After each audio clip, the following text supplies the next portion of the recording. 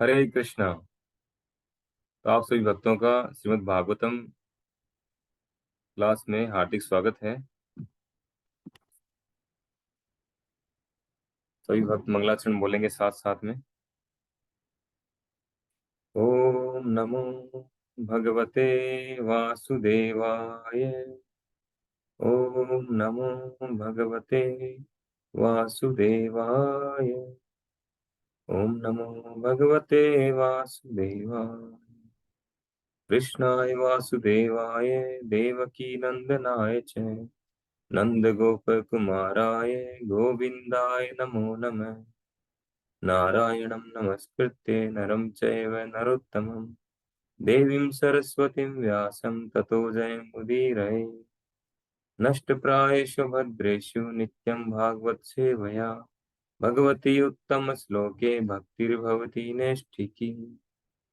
ॐ अज्ञानतिमिरान्धस्य ज्ञानाञ्जनशलाकया चक्षुरुन्मिलितं येन तस्मै श्रीगुरुवे नमः। श्रीचैतन्यमनोभीष्टं स्थापितं येन भूतले स्वयं रूप कदा मह्यं ददाति स्वपदान्तिकम्। वन्देऽहं श्रीगुरो श्रीयुतपदकमलं श्रीगुरुन् वैष्णवांश्च श्रीरूपं साग्रजातं सहगण रघुनाथान्वितं तं सजीवम् साद्वैतं सावधूतं परिजनसहितं कृष्ण चैतन्य देवम् श्री राधा कृष्ण पादान सहगण ललिता श्री विशाखान्वितांश्च।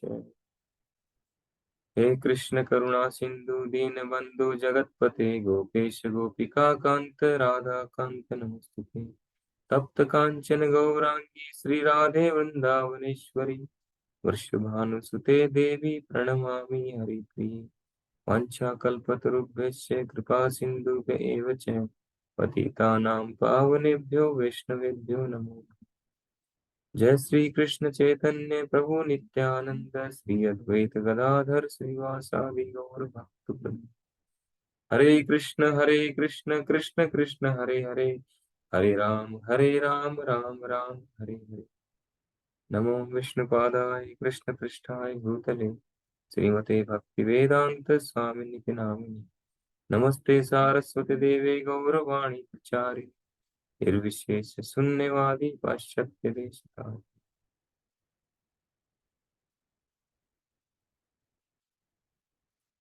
हरे कृष्ण।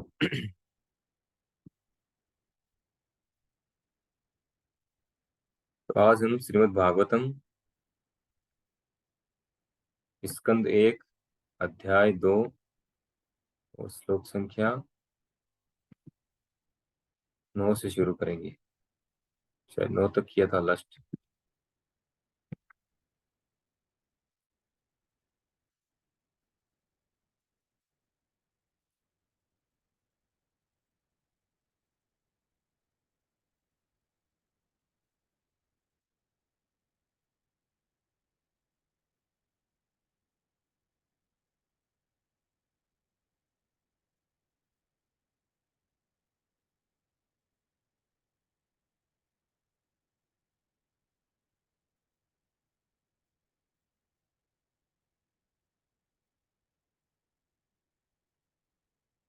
हरे कृष्ण।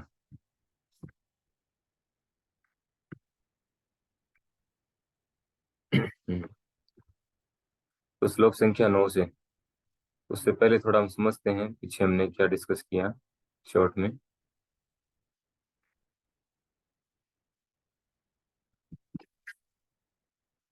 प्रसंग क्या चल रहा था अपना। अध्याय का नाम है दिव्यता तथा दिव्य सेवा।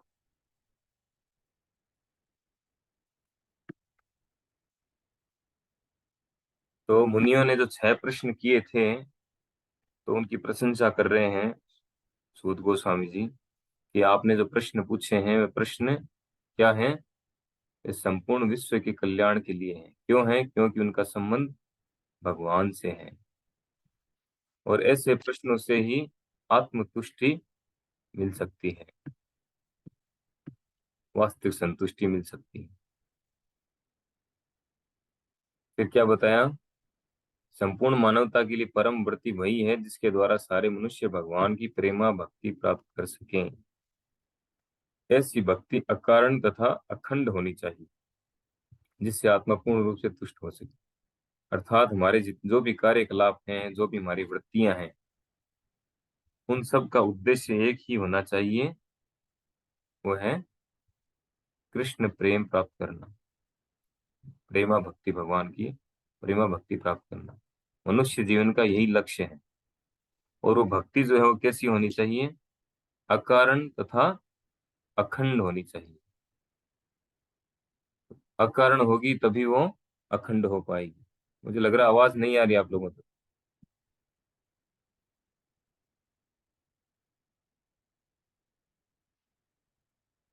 निखिल प्रभु, यस प्रभु जी, आवाज आ रही है पूरी तरह से। सही आ रही है? यस। मुझे यहाँ माइक में कुछ नहीं एक्टिव, कुछ नहीं लग रहा, हलचल नहीं लग रही है। ठीक है, आ रही तो फिर ओके। तो भक्ति जो है अकारण होगी, बिना किसी कारण के होगी, स्वाभाविक ही। दो तरह से भक्ति करते हैं। शुरुआत में जब जुड़ते हैं लोग तो क्या करते हैं वो बलात् बलात् उत्पादिता श्रद्धा होती है। तो शुरू शुरू में हम जुड़ते हैं, अभी भी हम सब जुड़े शुरू ही है, शुरुआत ही है हमारी, हम कोई भक्त नहीं बने हैं। तो शुरुआत में जो हमारी भक्ति होती है, हमारी श्रद्धा होती है, वो क्या होती है? बलात् उत्पादिता श्रद्धा। बलात् यानी जबरदस्ती, बाई फोर्स। अभी हम जो कुछ भी कर रहे हैं वो बाई फोर्स कर रहे हैं। सुबह उठ के जप करना है, कुछ पढ़ना है, सुनना है, कहते कहते भी नहीं कर पा रहे हैं। तो ये सब बाई फोर्स हो रहा है अभी, बलात्। ये स्वाभाविक नहीं है। जैसे हमारा स्वभाव होता है, काफी चीजें ऐसे, इसको एग्जाम्पल से समझते हैं। जैसे हम श्वास लेते हैं, हमारे फेफड़े जो है श्वास ले रहे हैं, हमारा हार्ट जो है रोज पंपिंग कर रहा है, सैकड़ों हजारों बार दिन भर में फेफड़े श्वास ले रहे हैं।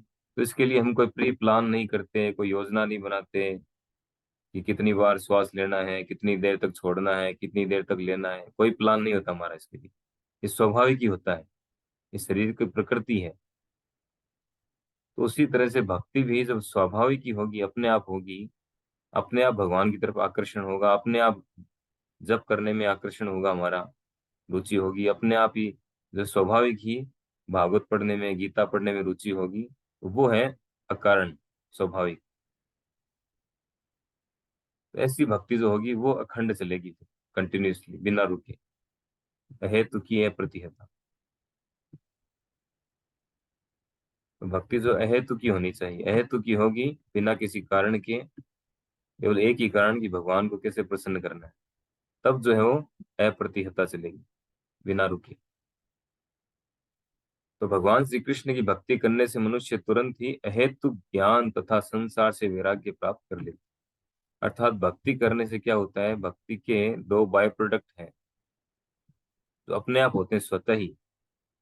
स्वतः ही ज्ञान मिलता है व्यक्ति को, और स्वतः ही वैराग्य उत्पन्न हो जाता है, यानी भौतिक जगत के प्रति वैराग्य, और आध्यात्मिक जगत के प्रति अटैचमेंट। भगवान, उनसे जुड़ी वस्तुएं, उनसे जुड़ी लीलाएं, उनका नाम रूप लीला गुण, उनसे अटैचमेंट होने लगता है। और भौतिक चीजों की, वस्तुओं के प्रति वैराग्य उत्पन्न हो जाता है। ये स्वतः ही होता है अगर हम सीरियसली भक्ति कर रहे हैं तो। फिर है मनुष्य द्वारा अपने पद के अनुसार संपन्न की गई वृत्तियां यदि भगवान के संदेश के प्रति आकर्षण उत्पन्न न कर सकें तो वे निरी व्यर्थ का श्रम होती हैं।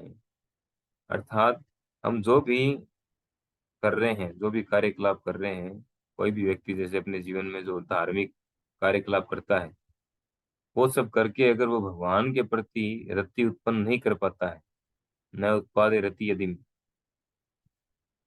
भगवान के प्रति अटैचमेंट, आकर्षण उत्पन्न नहीं कर पा रहा है, तो वो सब जो कार्यकलाप क्या है, वो केवल श्रम है, केवल मेहनत हो रही है, गधा मजदूरी, और कुछ नहीं। कोई फायदा नहीं है उसका। कुछ भौतिक लाभ जरूर मिल सकता है, जो लाभ मिलना चाहिए वो नहीं मिलेगा।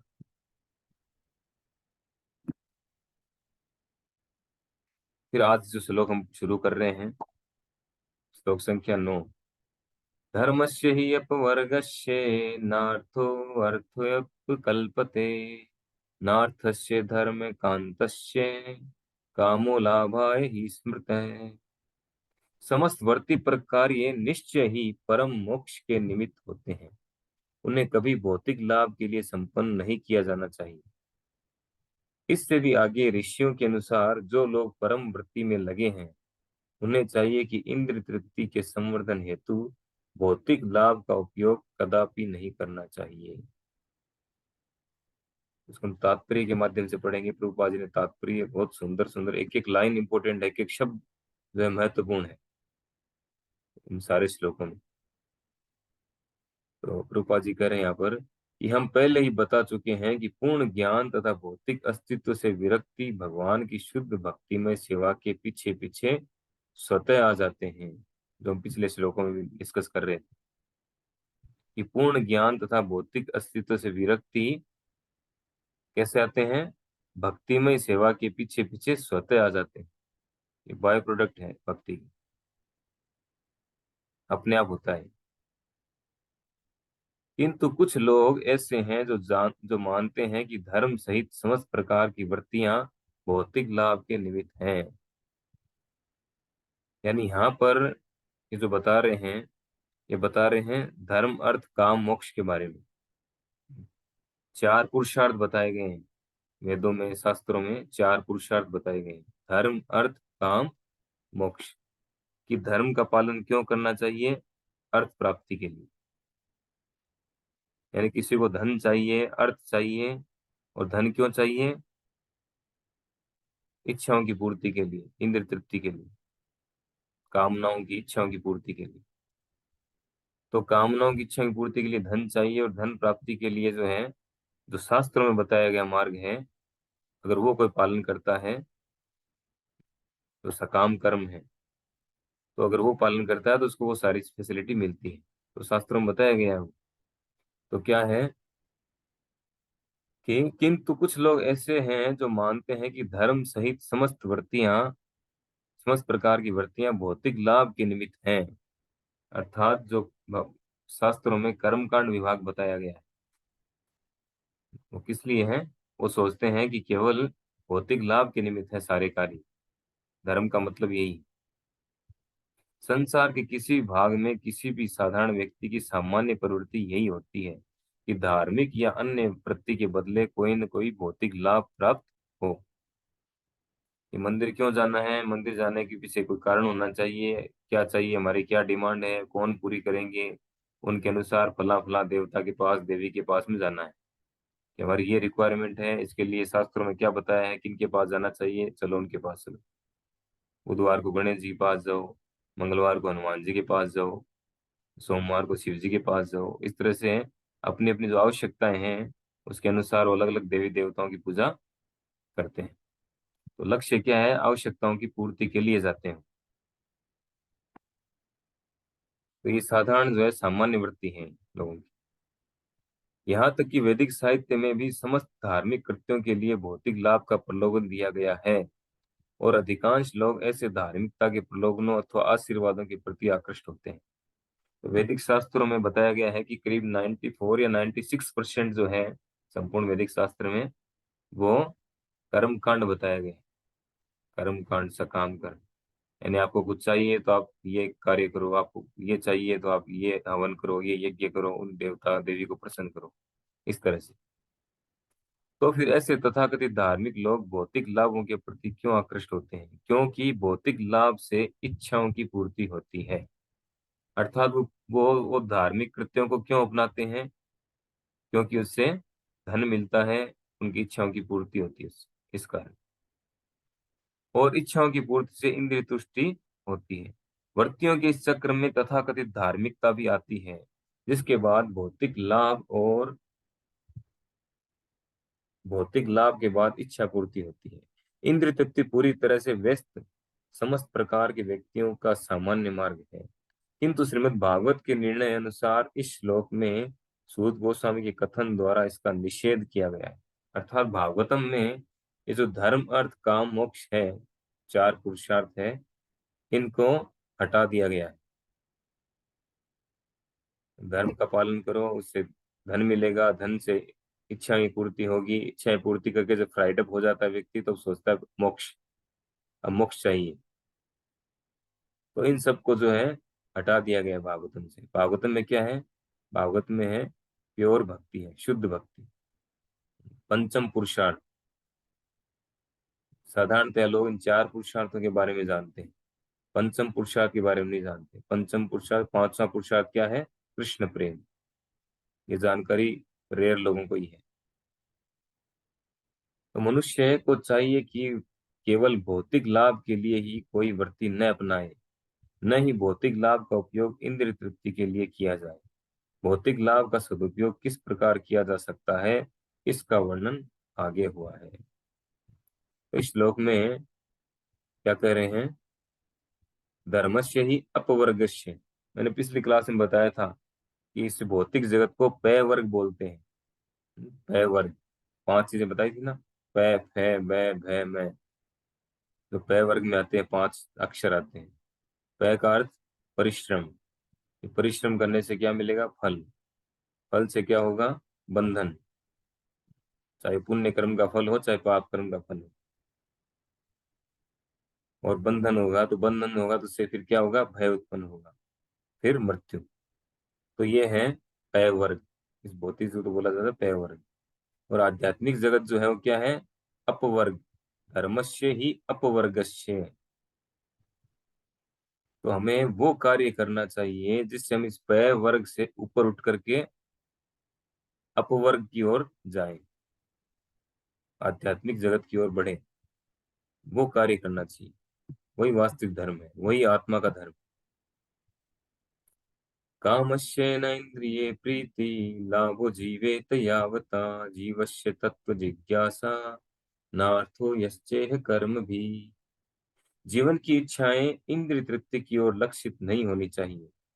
क्यों? मनुष्य को केवल स्वस्थ जीवन की या आत्म संरक्षण की कामना करनी चाहिए, क्योंकि मानव तो परम सत्य के विषय में जिज्ञासा करने के निमित्त बना है। मनुष्य की वृत्तियों का इसके अतिरिक्त अन्य कोई लक्ष्य नहीं होना चाहिए। इस श्लोक में क्लियर बताया गया है कि जीवन की जो इच्छाएं हैं, हमारी जो भी इच्छाएं हैं, वो किस ओर लक्षित होनी चाहिए? इंद्रिय तृप्ति की ओर लक्षित नहीं होनी चाहिए। फिर परम सत्य के विषय में जिज्ञासा करने की निमित्त होनी चाहिए। और हमें मांगना क्या चाहिए फिर? मांगना चाहिए भगवान से केवल स्वस्थ जीवन या आत्म संरक्षण। इसी की कामना करनी चाहिए, इसके अलावा कोई डिजायर नहीं होनी चाहिए। स्वस्थ जीवन, क्योंकि स्वस्थ रहेंगे हम तभी भक्ति कर पाएंगे, नहीं तो कैसे करेंगे? बीमार होते ही सबसे पहले माला छूटती है। और आत्म संरक्षण यानी आत्मा की रक्षा, इसकी कामना करनी चाहिए। क्योंकि मानव तो परम सत्य के विषय में जिज्ञासा करने के निमित्त बना है। मनुष्य शरीर जो है, ये एकमात्र इसीलिए मिला है कि हम इसके द्वारा भक्ति करके और इस भौतिक जगत से बाहर निकल सकते हैं। दूसरा कोई भी जो शरीर है, 84 लाख प्रकार की जो बॉडी है, अलग अलग जो है, मनुष्य के अलावा जो 80 लाख प्रकार के हैं, उनके द्वारा कभी भी इस भौतिक जगत से बाहर निकलना पॉसिबल नहीं। क्योंकि वो उनकी चेतना जो है वो मनुष्य से इतर चेतना है, नीचे की चेतना है। मनुष्य की चेतना जो है विकसित चेतना है, उनकी चेतना विकसित नहीं है, इसलिए वो इस विषय में सोच नहीं सकते। मनुष्य जो है उसमें कुछ एडवांस बुद्धि है, उसमें अधिक बुद्धि है उसमें, वो इसीलिए है।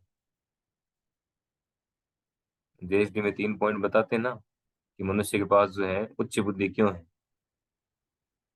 समस्याओं का समाधान करने के लिए, और जीवन का लक्ष्य क्या है ये पता करने के लिए, और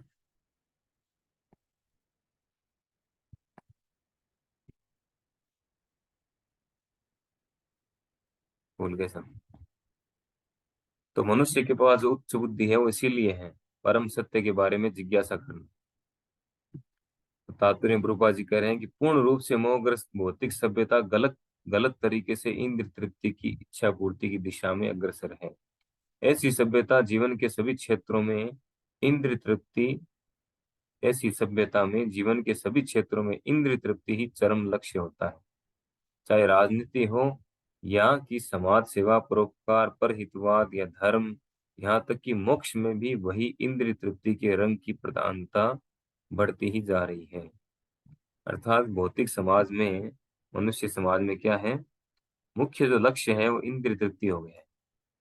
कोई भी कार्य करो, चाहे राजनीति हो, समाज सेवा हो, परोपकार हो, परहितवाद, कोई भी हो, चाहे धर्म हो, धर्म के नाम पे कुछ चल रहा हो, सब में लक्ष्य क्या है, इंद्रिय तृप्ति। कि हमारी जो है, हमें मजा कैसे आएगा, हमें कैसे आनंद मिलेगा, हमें सुख कैसे मिलेगा, लक्ष्य ही रहता है। हमारा नेम फेम कैसे बढ़ेगा। यहाँ तक कि मोक्ष में भी, मोक्ष अर्थात सायुज्य मोक्ष, ब्रह्म सायुज्य मोक्ष, यानी जो ब्रह्म से तदाकार होना चाहते हैं, ब्रह्म में मिलना चाहते हैं, मर्ज होना चाहते हैं, वो भी अपना सुख चाहते हैं, तो वो भी एक तरह से इंद्रिय तृप्ति है। तो राजनीति क्षेत्र में लोगों के नेता अपनी अपनी इंद्रिय तृप्ति के लिए परस्पर झगड़ते हैं। यहाँ कुछ एग्जाम्पल दे रहे हैं प्रभुपाद जी। नेता है, मतदाता है, दोनों आपस में झगड़ते हैं। नेता जो है वो कमिटमेंट करते हैं मत देने वालों को कि हम आपको ये चीजें प्रदान करेंगे, जैसे हम कुर्सी पे आ जाएंगे आपको ये सुविधाएं देंगे। और कुर्सी पे आने के बाद में 2 साल, 3 साल, 5 साल निकल जाते हैं, वो कर नहीं पाते काम अपना। फिर जो वोट देने वाले हैं उनको कुर्सी से वापस उतार देते हैं, अगली बार नंबर नहीं आता उनको, क्योंकि उनकी इच्छा पूर्ति नहीं हुई। तो सारे कार्य जो है इस भौतिक जगत में, वो किस किस पे चल रहे हैं, किस पे आधारित है, इंद्रिय तृप्ति पे आधारित। तो कृपा जी कह रहे हैं कि अन्य क्षेत्रों में भी ये लागू होता है। यानी सारे क्षेत्रों में, चाहे सामाजिक स्तर पे हो, फैमिली स्तर पे हो, चाहे देश के स्तर पे हो, लक्ष्य इंद्रिय तृप्ति है। तो कोई भी जीवन की समस्याओं के प्रति गंभीर नहीं है। यहाँ तक कि परम सत्य से तदाकार होने के इच्छुक पथगामी भी इंद्रिय तृप्ति के लिए आध्यात्मिक हत्या करने तक को उद्यत रहते हैं। अर्थात कोई भी व्यक्ति जो है, जो वास्तविक समस्याएं हैं हमारे जीवन की, उनके प्रति गंभीर नहीं। वास्तविक समस्याएं क्या है, जन्म मृत्यु जरा व्याधि, ये हमारी मूल समस्याएं हैं। इनका सॉल्यूशन कैसे होगा, ये न तो जानते हैं और न जानने का प्रयास करते हैं, और न इसको हल करने का प्रयास करते हैं। जानते नहीं तो क्या करेंगे। मूल समस्याएं तो ये है हमारी। और वो टेम्परेरी समस्याओं को हल करने में पूरी लाइफ बिता देते हैं। धन नहीं है, गाड़ी नहीं है, मकान नहीं है, इन सब को पूरा करने में पूरा जीवन बिता देते हैं। और मूल समस्याएं ऐसे की जैसे की तैसी बनी रहती, जन्म मृत्यु जरा व्याधि, इनका कोई सोल्यूशन नहीं। और दूसरा, ये तो खैर साधारण लोगों की बात है। दूसरा इसमें बता रहे हैं, जो परम सत्य से तदाकार होना चाहते हैं, जो मायावादी है, ये निराकारवादी, ब्रह्मवादी, जो मिलना चाहते हैं, मर्ज होना चाहते हैं, वो भी क्या कर रहे हैं। चैतन्य महाप्रभु ने कहा है कि ये जो मायावाद है, यानी भगवान से मिल जाना, भगवान की जो ज्योति है उसमें मर्ज हो जाना, अपने आप को विलीन कर देना, ये एक तरह से आत्महत्या है। बहुत खतरनाक है। कैसे आत्महत्या है, क्योंकि हम सब जो है एक व्यक्ति हैं, इंडिविजुअल व्यक्ति हैं, सभी अलग अलग व्यक्ति हैं, भगवान भी एक व्यक्ति है। तो हम कभी भी मर्ज नहीं हो सकते एक दूसरे में। और अगर मर्ज हो गए, मिल गए, तो फिर आपस में जो लेन देन है, व्यवहार है, वो कैसे रहेगा। जब दो व्यक्ति होंगे तभी तो परस्पर एक दूसरे में व्यवहार होगा, और व्यवहार होगा तभी सुख मिलेगा। नहीं तो सुख कैसे मिलेगा। मर्ज होने का मतलब क्या है, अपने आप को नष्ट कर देना, खत्म कर देना, अपने आप की हत्या कर देना। ये तो भी मर्ज होता नहीं है, इसीलिए इसको मायावाद कहा गया। माँ का अर्थ है नहीं, और ये यानी जो जो नहीं है उसको सही मानते हैं, उसी को बोलते हैं माया। जैसे इसको मायावाद कहा गया, वो सोचते हैं हम ब्रह्म ज्योति में मर्ज हो जाएंगे, मिल जाएंगे, एक हो जाएंगे। एक कभी नहीं हो सकते। किंतु भागवत का कथन है कि मनुष्य को इंद्रिय तृप्ति के लिए नहीं जीना चाहिए। देखिए, दो तरह के लोग होते हैं। एक होते हैं जो जीने के लिए खाते हैं, दूसरे होते हैं खाने के लिए जीते हैं। एक जीने के लिए खाते हैं, दूसरे खाने के लिए जीते हैं।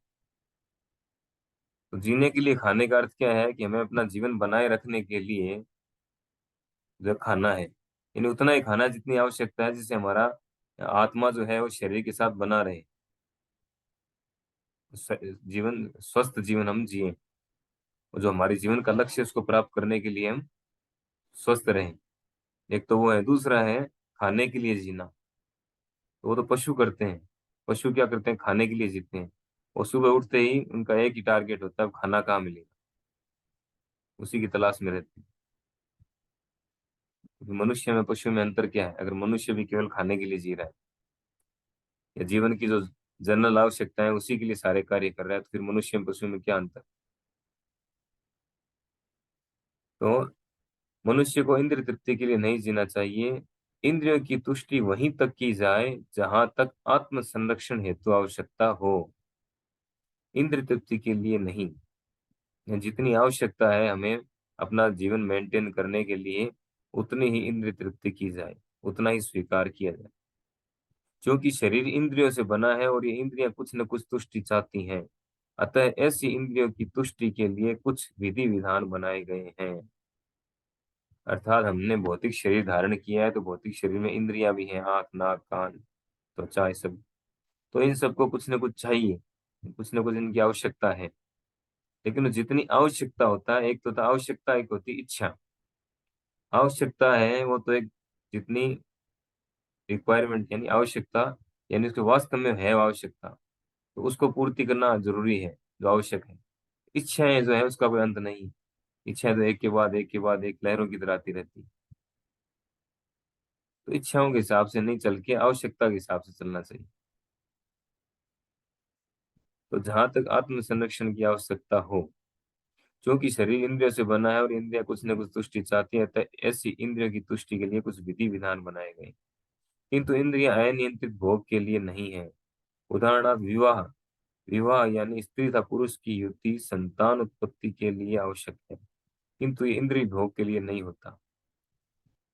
तो एग्जाम्पल देके समझा रहे रूपा जी कि विवाह करने का उद्देश्य जो है वो संतान उत्पत्ति होता है, न कि इंद्रिय भोग होता है। जैसे आजकल जो है ये लिव इन चल रहा है। लिव इन, लिव इन क्या है? ये बिना जिम्मेदारी वाला काम। उनका लक्ष्य केवल इंद्रिय तृप्ति करना है, संतान उत्पत्ति करना, एक फैमिली मेंटेन करके और उसको आगे बढ़ाना, वो नहीं है। पशुओं की तरह, cats and dog. Prabhupada ji कहते थे कैट्स एंड डॉग सोसाइटी। तो विदेशों में गए थे प्रभुपाद जी, अमेरिका गए थे, तो वहां पे यही सब चल रहा था जो अभी भारत में चल रहा है। वहां पे लड़के लड़कियां साथ में रहते थे, और उनका कोई रिश्ता रिलेशन नहीं था कुछ। तो वो जो बिना जिम्मेदारी वाला काम,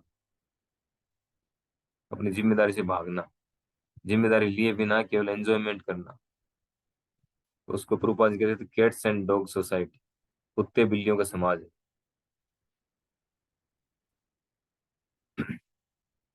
तो स्वेच्छ निरोध के अभाव में परिवार नियोजन के लिए प्रचार करना पड़ता है। किंतु मूर्ख लोग ये नहीं जानते कि परम सत्य की खोज में लगते ही स्वतः परिवार नियोजन हो जाता है। अर्थात जो व्यक्ति भक्ति में लगता है, परम सत्य की खोज में लगता है, वो अपने आप उसकी इंद्रियां जो है संयमित होने लग जाती है, कंट्रोल होने लग जाती है। अलग से उसको प्रयास करने की आवश्यकता नहीं, अलग से और दूसरे तीसरे तरीके अपनाने की आवश्यकता नहीं होती। परम सत्य की खोज करने वाले कभी भी अनावश्यक इंद्रिय तृप्ति के प्रति आकृष्ट नहीं होते, क्योंकि परम सत्य की खोज के कार्य में पूरी तरह व्यस्त रहते हैं, उन्हें समय नहीं मिल पाता इतना सोचने का। अतएव जीवन के प्रत्येक क्षेत्र में परम सत्य की खोज को ही चरम लक्ष्य बनाना चाहिए। इससे मनुष्य सुखी होगा, क्योंकि वह तरह तरह की इंद्रिय तृप्ति में कम लिप्त होगा। और परम सत्य क्या है, इसकी व्याख्या आगे की गई है। तो मनुष्य जीवन का जो लक्ष्य है वो क्या है? वो परम सत्य की खोज करना, अल्टीमेट ट्रूथ, जिज्ञासा करना। वदन्ति तत्त्वम् यज्ञानम् अद्वयम् ब्रह्मेति परमात्मेति भगवान इति शब्दते। परम सत्य को जानने वाले विद्वान अध्यात्मवादी इस अद्वैत तत्व को ब्रह्म, परमात्मा या भगवान के नाम से पुकारते हैं। परम सत्य ज्ञाता था ज्ञेय दोनों हैं, और इस इनमें कोई गुणात्मक भेद नहीं है। अतः ब्रह्म परमात्मा तो भगवान गुणात्मक रूप से एक ही है। इसी को उपनिषदों के जिज्ञासु निर्विशेष ब्रह्म के रूप में, हिरण्यगर्भ या योगी जन अंतर्यामी परमात्मा के रूप में, तथा भक्तगण भगवान के रूप में अनुभव करते हैं। अर्थात तीन स्तर के व्यक्ति बताए गए हैं। भगवान को जानने वाले यानी परम परम सत्य की खोज करने वाले जो व्यक्ति हैं, उनके तीन स्तर हैं, तीन लेवल हैं। तो पहले लेवल के लोग हैं, वो भगवान को किस रूप में जान पाते हैं? ब्रह्म के रूप में, ब्रह्म ज्योति के रूप में। उनको बोलते हैं ब्रह्मवादी। तो ब्रह्म ज्योति के रूप में जानते हैं कि भगवान जो है उनके शरीर से निकलने वाला प्रकाश या वो ब्रह्म ज्योति है। वो उससे आगे भी प्रयास करते हैं, उससे आगे प्रयास करके परमात्मा फिर भगवान के बारे में जान पाते हैं। फिर दूसरे बताए गए योगी जन। योगी जन अर्थात जो अष्टांग योग का पालन करते हैं, वे भगवान के परमात्मा रूप का दर्शन कर पाते हैं अपने हृदय में, उनका अनुभव कर पाते हैं। और तीसरे उनसे ऊपर होते हैं, जो सबसे टॉप पे होते हैं, वो होते हैं भक्त। भक्त जो हैं वो भगवान से डायरेक्ट संपर्क में रहते हैं और उनकी सेवा करते हैं, उनकी सेवा में लगे, उन्हें पूरा नॉलेज होता है। जिनको भगवान के बारे में पता है, जो भक्त हैं, उनको परमात्मा के बारे में भी नॉलेज है और ब्रह्म ज्योति के बारे में भी नॉलेज है, सारा ज्ञान है उनके पास, जो भगवान की सेवा में लगे हुए हैं, जो भक्त हैं। लेकिन जो केवल ब्रह्मवादी हैं, जो प्रथम लेवल के हैं, उनको केवल ब्रह्म ज्योति के विषय में नॉलेज है। दूसरे जो परमात्मावादी हैं, जो अष्टांग योग का पालन करते हैं, उनको ब्रह्म ज्योति और परमात्मा इतना ही नॉलेज होता है, उनको आगे का नॉलेज नहीं। भक्त को सारा नॉलेज है। जैसे प्रभुपाद जी कहते थे एक एग्जाम्पल से कि जैसे अगर कोई मजिस्ट्रेट है, तो उससे आप ये नहीं पूछेगा कोई भी उनसे, जो मजिस्ट्रेट है, कि आपने वकालत की है क्या, आपने ग्रेजुएशन की है क्या, क्योंकि वो ये सब करने के बाद ही मजिस्ट्रेट बना है। तो उसी तरह से जो भक्त है, जो भक्ति में लगा हुआ है, भगवान की सेवा में लगा है, उसको सारा नॉलेज है।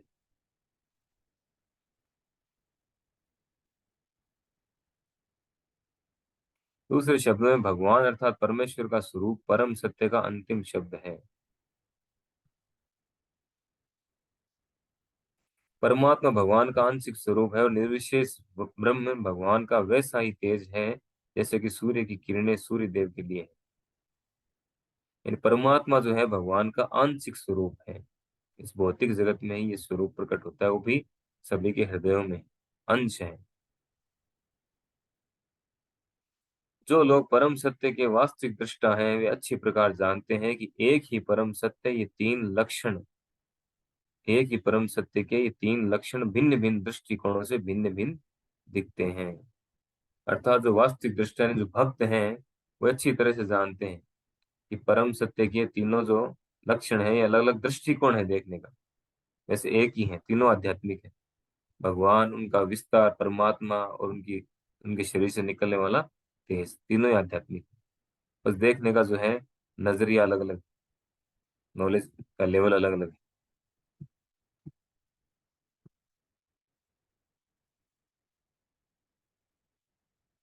सापेक्ष जगत में ज्ञाता जीवंत आत्मा या पराशक्ति है, जबकि ज्ञेय निष्क्रिय पदार्थ या अपरा शक्ति के रूप में होता है। अतः यहाँ परा तथा अपरा शक्ति का द्वैत है, किंतु निरपेक्ष जगत में ज्ञाता तथा ज्ञेय दोनों एक ही पराशक्ति के होते हैं। तो यहाँ पर बता रहे गुरुपाल जी कि ये जो भौतिक जगत है, इसको बोलते हैं सापेक्ष जगत। सापेक्ष का अर्थ क्या है? रिलेटिविटी ट्रूथ, यानी डिपेंड है। यहाँ हर चीज जो है दूसरे पे डिपेंड करती है, निर्भर करती है, निर्भरशील जगत है। यहाँ जैसे हमें देखने की शक्ति है हमारी आंखों में, तो वो निर्भर करती है प्रकाश पे। अगर प्रकाश नहीं हो तो हम देख नहीं पाएंगे। तो उसी तरह से यहाँ पर ज्ञाता कौन है? ज्ञाता अर्थात जानने वाला। ज्ञाता तो है आत्मा। और किसके बारे में जानता है? वो किसके बारे में जानने का प्रयास कर रहा है? पराशक्ति के बारे में, अपराशक्ति के बारे में। सापेक्ष जगत में ज्ञाता जीवंत आत्मा या पराशक्ति है, जबकि ज्ञेय यानी जिसके बारे में जानना चाहता है, वो क्या? मैटर है। वो मैटर यानी पदार्थ, अपराशक्ति, निकृष्ट। तो यहाँ पर ड्युअलिटी है, द्वैत है, दो अलग अलग चीजें हैं। लेकिन आध्यात्मिक जगत में क्या है, आध्यात्मिक जगत को बोलते हैं निरपेक्ष जगत। यानी वहां निर्भरशीलता नहीं है, वहां सब कुछ जो है क्या है, सब कुछ पराशक्ति है। तो वहां ज्ञाता और ज्ञेय दोनों एक ही हैं, दो ड्युअलिटी नहीं है वहां पर। परम शक्तिमान की तीन प्रकार की शक्तियां होती हैं। शक्ति और शक्तिमान में कोई अंतर नहीं होता, लेकिन शक्तियों की गुणवत्ता में अंतर होता है। परम जगत का जीवात्माएं एक ही पराशक्ति से बने हैं, अर्थात आध्यात्मिक जगत और हम सब जीवात्माएं क्या है, दोनों एक ही वस्तु से बने हुए हैं। किससे? सच्चिदानंद से। हमारे अंदर जो क्वालिटी है आध्यात्मिक जगत में वही क्वालिटी है, हम उसी के अंश हैं। लेकिन इस भौतिक जगत है ये अपराशक्ति, ये मैटर से बना हुआ है, ये मटेरियल है, ये निष्क्रिय है, निर्जीव है, चेतना नहीं है इसमें। लेकिन हम चेतन शक्ति हैं। जीव अपरा शक्ति के संपर्क में रहने से मोहग्रस्त हो जाता है और ये सोचता है कि वह अपरा शक्ति से संबंधित है। जब जीवात्माओं को इसमें डाला जाता है भौतिक जगत में, तो क्या होता है, हम लोग समझने लग जाते हैं कि इस भौतिक जगत से हमारा संबंध है, ये मेरा है, ये मैं हूं, ये मेरा है। शरीर से हम अपने आप को आइडेंटिफाई करते हैं और शरीर से जुड़ी चीजों को अपना मानते हैं, जबकि हमारा इससे कोई लेना देना नहीं है। ये सब मैटर है और हम आत्मा है, हम एंटी मैटर है। तो आत्मा का इस भौतिक जगत से कोई लेना देना नहीं। अतः भौतिक जगत में सापेक्षता का भाव है, किंतु परम पूर्ण में ज्ञाता था ज्ञेय में अंतर नहीं होता और प्रत्येक वस्तु पूर्ण होती है। तो आध्यात्मिक जगत में हर वस्तु पूर्ण है, लेकिन यहाँ क्या है, यहाँ हर वस्तु पूर्ण है। और यहाँ जब आत्मा आता है तो क्या होता है, भौतिक शक्ति के संपर्क में आने से मोहग्रस्त हो जाता है, अटैच्ड हो जाता है इससे। तो इस तरह से भगवान को जानने के तीन लेवल बताए गए हैं, ब्रह्म, परमात्मा तो भगवान।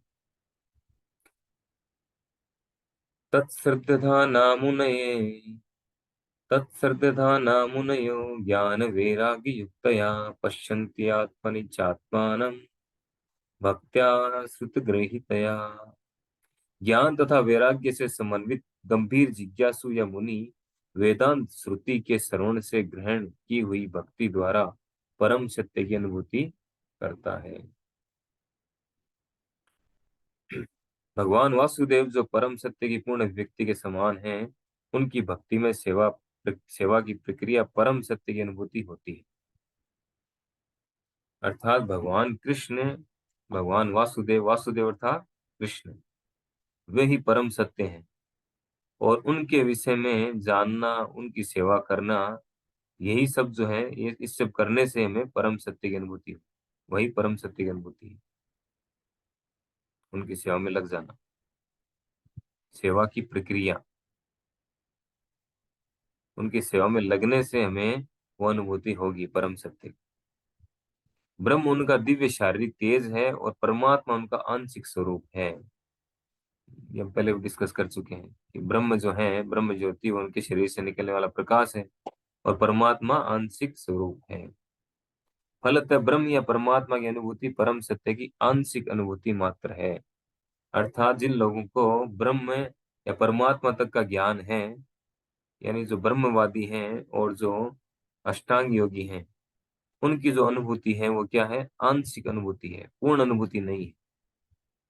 उनको पूर्ण ज्ञान नहीं है भगवान के बारे में, अधूरा ज्ञान है। जैसे मैंने ट्रेन वाला एग्जाम्पल बताया था, वो तीन व्यक्ति ट्रेन देखने के लिए गए, उनके गांव में ट्रेन आने वाले, फर्स्ट टाइम ट्रेन आने वाली थी। तीन व्यक्तियों को नियुक्त किया कि आप लोग जाके ट्रेन के बारे में पता करके आओ कि ट्रेन क्या होती है।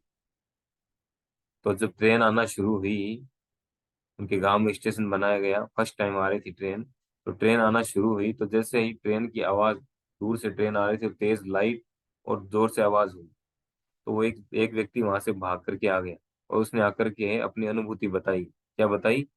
कि ट्रेन जो है वो एक लाइट की तरह होती है और उससे धुआं निकलता है।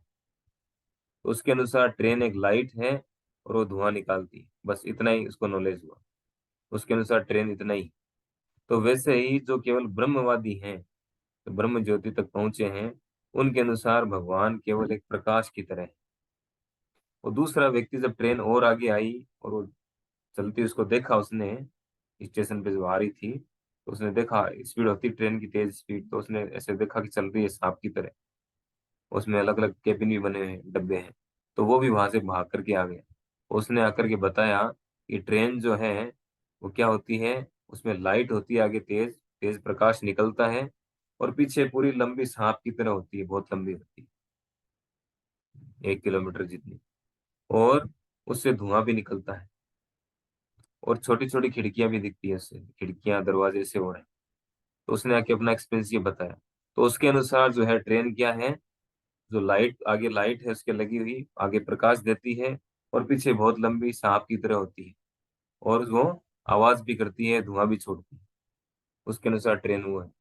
तो ये जो इसको इससे हम समझ सकते हैं कि जो परमात्मा तक पहुंचे हैं जो लोग, जिनको परमात्मा का ज्ञान है, वो सेकंड वाली श्रेणी में, उनको पूरा ज्ञान नहीं, यानी पूर्ण जानकारी नहीं है, आंशिक अनुभूति है। तीसरे लेवल पे जो तीसरा व्यक्ति था, उसने पूरा देखा, ट्रेन आई रुकी, लोग उतरे चढ़े यात्री इसमें, सारी चीजें देख करके निरीक्षण करके फिर आया। उसने कहा ट्रेन जो है वो इस तरह से होती है, उसमें ये वेराइटीज होती है, ये होती है, कुर्सियां होती है, टॉयलेट बाथरूम किचन सब होता है उसमें, सारी चीजें एंट्री बनी होती है, इंजन लगा होता है, ऐसे लोग चढ़ते हैं उतरते हैं, सब बताया। तो वो उसने जो है पूर्ण ज्ञान प्राप्त किया, पूर्ण अनुभूति प्राप्त की। तो उसी तरह से जो भगवान के बारे में जानते हैं, भगवान की सेवा में लगे हैं, उन्हें परम सत्य की पूर्ण अनुभूति है। फिर आगे कह रहे हैं कि मनुष्य 4 प्रकार के होते हैं, कर्मी, ज्ञानी, योगी तथा भक्त। कर्मी भौतिकवादी होते हैं, किंतु शेष 3 अध्यात्मवादी होते हैं। जो कर्मी हैं, जो सकाम कर्म करने वाले हैं, वो भौतिकवादी होते हैं। कर्मी से नीचे भी एक कैटेगरी होती है, विकर्मी। कर्मी वे हैं जो शास्त्रों के नियमों के अनुसार कर्म करते हैं, करते सकाम कर्म है लेकिन शास्त्रों में बताया गया अनुसार कर्म कांड करने वाले, उनको कर्मी कहा गया है। लेकिन उनसे भी नीचे वे होते हैं जो शास्त्रों को नहीं मानते हैं,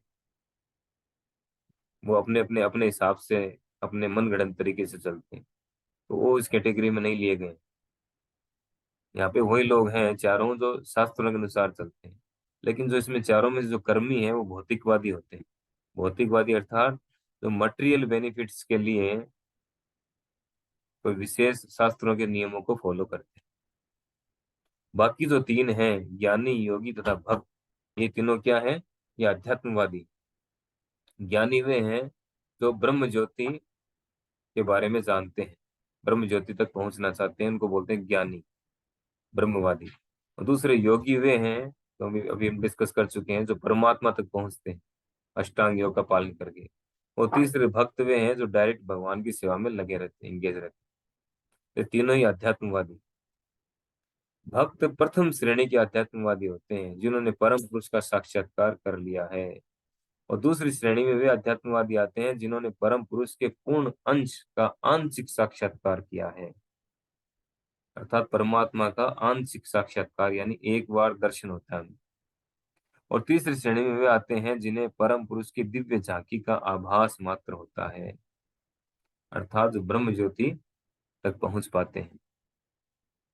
जैसा कि भगवत गीता तथा अन्य वैदिक ग्रंथों में कहा गया है, परम पुरुष का साक्षात्कार भक्तिमय सेवा द्वारा किया जाता है, जिसके पीछे पूर्ण ज्ञान तथा भौतिक संगति से वैराग्य सन्निहित रहते हैं।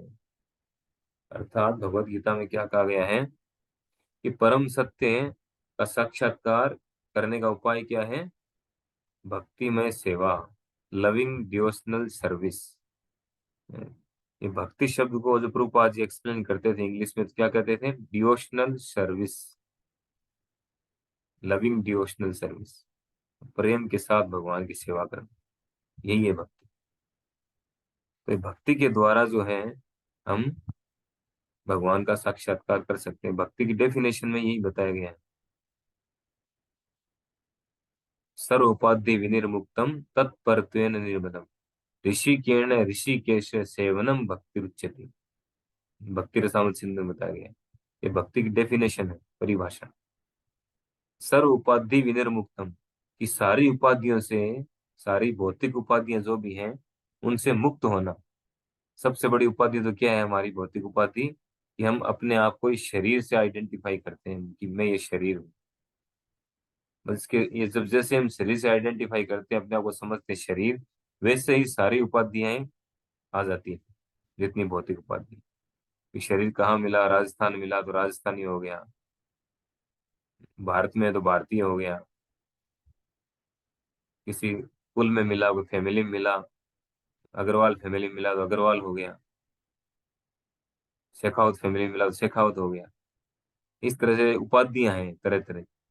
तो सर्व उपाधि विनिर्मुक्तम, इन सारी उपाधियों से मुक्त होना होगा।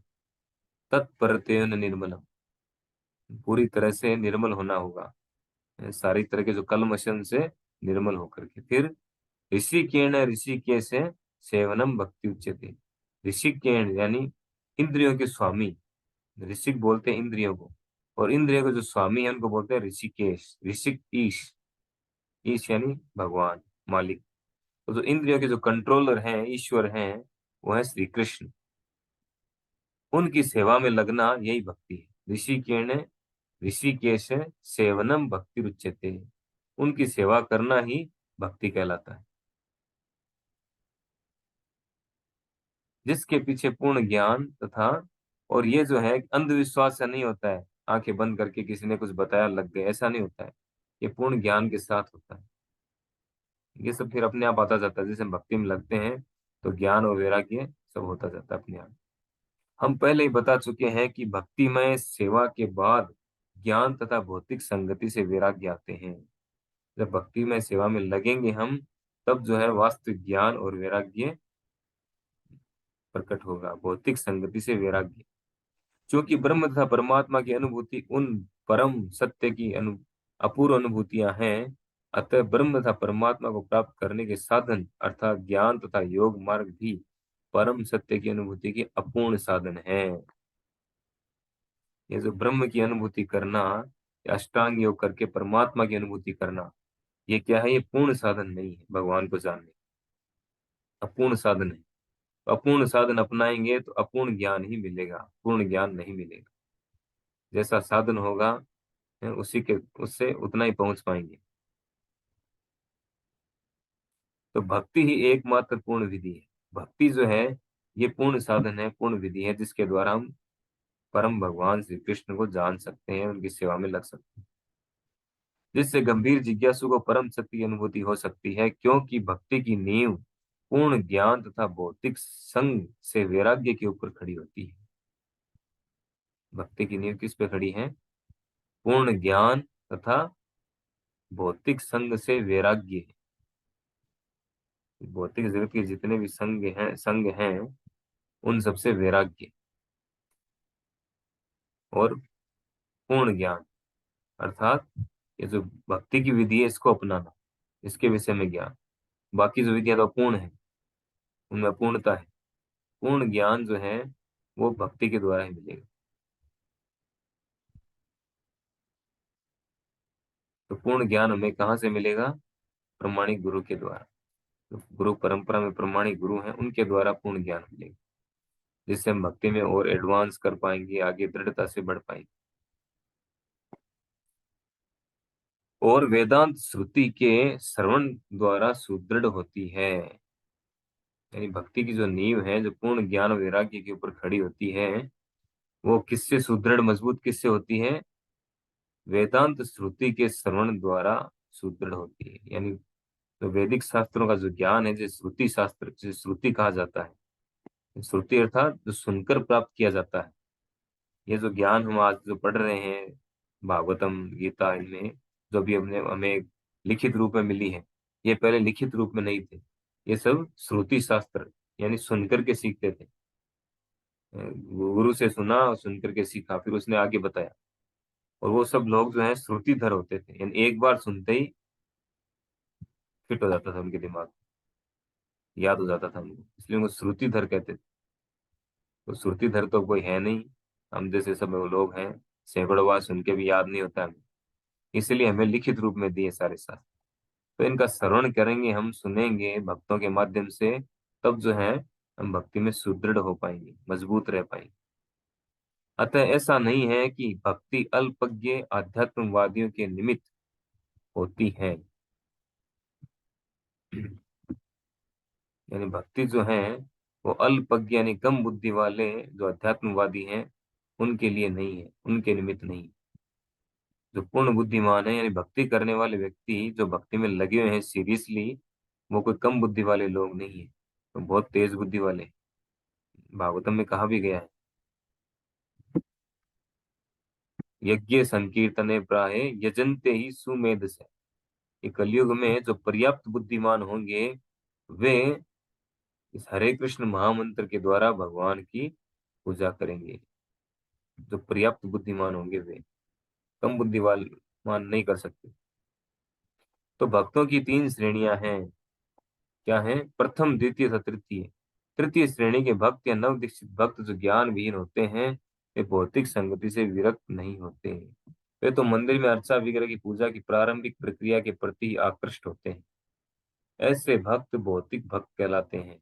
ऐसे भक्त आध्यात्मिक लाभ की अपेक्षा भौतिक लाभ के प्रति अधिक आसक्त रहते हैं। यानी तीन कैटेगरी बताई गई भक्तों की, कनिष्ठ, मध्यम और उत्तम। जो कनिष्ठ होते हैं, कनिष्ठ स्तर पे हैं, शुरुआती स्तर पे हैं, वो जो है मंदिर आते हैं, अर्चा विग्रह को प्रणाम करते हैं, भगवान में श्रद्धा रखते हैं, विश्वास रखते हैं, वो भी बहुत कम मात्रा में होता है। लेकिन भक्तों में, भगवान की वाणी में, भगवान के प्रसाद में, इन सब में उनका कोई विश्वास इतना नहीं होता। भक्तों में नहीं होता बिल्कुल। भक्तों को तो कुछ नहीं समझते हो।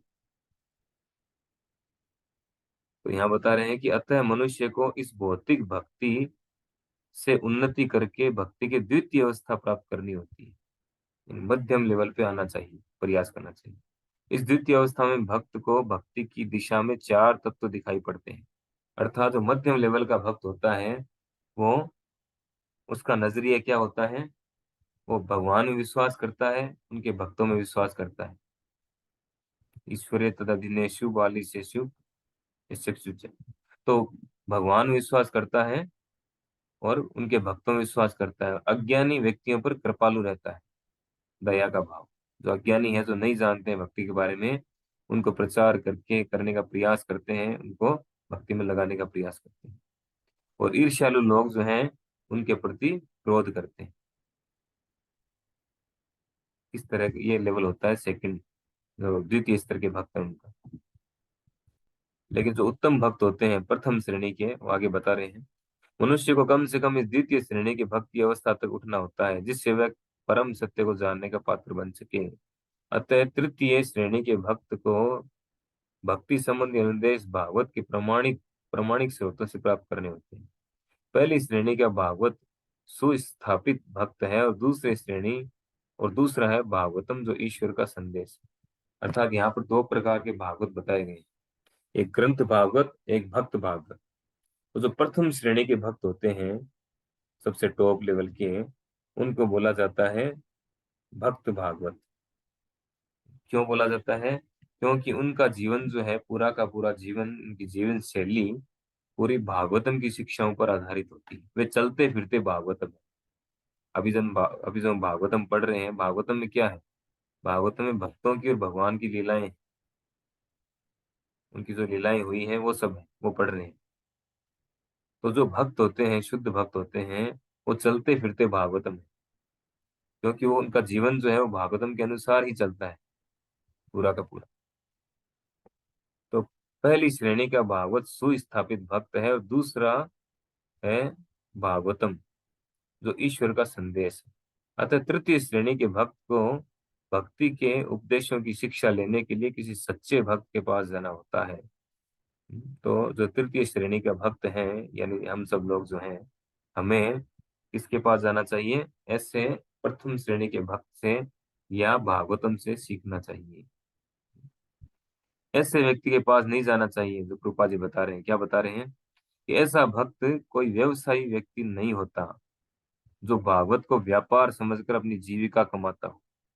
आपने देखा होगा, ऐसी बहुत सारी भागवत कथाएं होती है, जो पहले उसमें तय होता है 5 लाख लेंगे, 10 लाख लेंगे, इतने रुपए लेंगे, डिसाइड होता है पहले। तो वो व्यवसायी लोग हैं। वो भागवत, वो जो भागवत कथा अगर सुनेंगे तो इससे कोई फायदा होने वाला नहीं। तभी तो आज तक इतनी भागवत कथाएं हुई, कोई भक्त नहीं बना, सब कर्मी के कर्मी रह गए। क्योंकि वो खुद ही भक्त नहीं है, वो व्यवसायी है, वो व्यापारी है। वो व्यापार करने के लिए, धन कमाने के लिए भागवत कर रहे हैं। ऐसे भक्त को सूत गोस्वामी की तरह सुखदेव गोस्वामी का प्रतिनिधि होना चाहिए और उसे समस्त जनता के चतुर्दिक कल्याण के लिए भक्ति उपासना पद्धति का उपदेश करना चाहिए।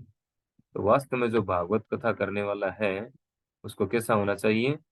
सुखदेव गोस्वामी का प्रतिनिधि, यानी गुरु शिष्य परंपरा में होना चाहिए, और उस लेवल का व्यक्ति होना चाहिए जो चहुमुखी विकास, लोगों का चहुमुखी चहुमुखी चारों तरफ से उनका कल्याण चाहता हो, हर क्षेत्र से, हर दृष्टि से लोगों का कल्याण करने के लिए जो प्रतिबद्ध हो। चतुर्दिक कल्याण के लिए भक्ति उपासना पद्धति का उपदेश करना चाहिए। नव जिज्ञासु भक्त को प्रामाणिक व्यक्तियों से सुनने में तनिक भी रुचि नहीं रहती। ऐसा नव जिज्ञासु भक्त अपनी इंद्रिय तृप्ति के हेतु किसी व्यावसायिक व्यक्ति से सुनने का दिखावा करता है। देखिए कृपा जी क्या कहना चाह रहे हैं कि जो नव नव जिज्ञासु भक्त होते हैं, नए नए होते हैं, एकदम कनिष्ठ लेवल पे होते हैं, वो जो है उनको प्रामाणिक भक्तों से सुनने में कोई रुचि नहीं होती। वो किससे सुनना चाहते हैं?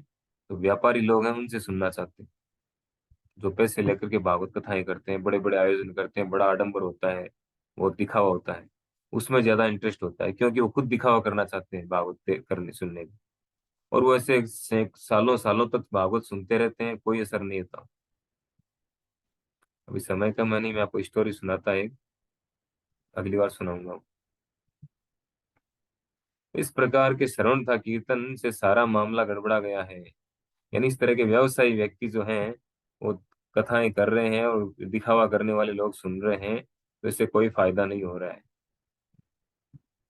अतः इस दोषपूर्ण विधि के प्रति अत्यंत सतर्क रहने की आवश्यकता है। भगवत गीता या श्रीमद् भागवत में निहित निहित भगवान के दिव्य संदेश निस्संदेह दिव्य विषय हैं, किंतु ऐसा होते हुए भी उन्हें किसी व्यावसायिक व्यक्ति से ग्रहण नहीं करना चाहिए, क्योंकि वे उन्हें उसी प्रकार दूषित कर देता है जिस प्रकार सर्प अपनी जीभ के स्पर्श मात्र से दूध को विषाक्त कर देता है। सर्प उच्छिष्ट यथापयो एक श्लोक है, उसमें बताया गया है कि जो दूध है वो अमृत की तरह है, लेकिन अगर सर्प उसमें सांप आके मुंह लगा दे, अपनी जीभ लगा दे, तो हम कोई भी इस दूध को नहीं पिएंगे, क्योंकि दूध विषैला बन जाता है, जहरीला हो जाता है। तो उसी प्रकार जो व्यवसायी हैं, जो कथा का व्यापार कर रहे हैं, जो भक्त नहीं है, ऐसे लोगों से अगर आप कथा सुनेंगे तो यद्यपि भगवान की कथा जो है वो क्या है, वो दिव्य है, अमृत से बढ़कर है, लेकिन फिर भी जो है वो ऐसे लोगों के द्वारा सुनने से क्या होगा, वो विषाक्त हो जाएगी। वो उसमें अपने विचार डाल देंगे, उनके विचारों के कारण जो है वो हमारे ऊपर गलत इफेक्ट आएगा। श्रवणम न्याय कर्तव्यम सर्प उच्छिष्ट यथापयो। पहली लाइन मुझे याद नहीं आ रही क्या है, कि ऐसे लोगों से श्रवणम नैव कर्तव्यम, हमारा कर्तव्य क्या है कि उनसे कभी नहीं सुना जाए, कभी नहीं सुनना चाहिए ऐसे लोगों से कथा। सर्प उच्छिष्ट यथापयो, जिस तरह से ये वो, किस तरह से होती है वो कथा, जैसे सांप के द्वारा चूंठा हुआ दूध हो, उस तरह से विषाक्त। अतः निष्ठावान भक्त को चाहिए कि वह अपनी उन्नति के लिए उपनिषद वेदांत जैसे वैदिक साहित्य को तथा पूर्ववर्ती आचार्यों अथवा गोस्वामियों द्वारा छोड़े गए अन्य साहित्य को सुने। ऐसे साहित्य का श्रवण किए बिना मनुष्य सच्ची उन्नति नहीं कर सकता। बिना श्रवण किए तथा आदेशों का पालन किए बिना भक्ति का प्रदर्शन निरर्थक है। अर्थात ऐसे आचार्यों से, ऐसे शुद्ध भक्तों से सुने बिना अगर हम श्रवण नहीं करते हैं और उनके आदेशों का पालन नहीं करते हैं, तो हम जो भक्ति करते हैं वो भक्ति केवल क्या है, दिखावा है, आर्टिफिशियल है, और ये भक्ति के पथ में अवरोध जैसा है। अतएव जब तक श्रुति स्मृति पुराण या पंचरात्र प्रमाणों जैसे सिद्धांतों पर भक्ति स्थापित न हो, तब तक भक्ति के ऐसे प्रदर्शन को तत्काल त्याज्य समझना चाहिए।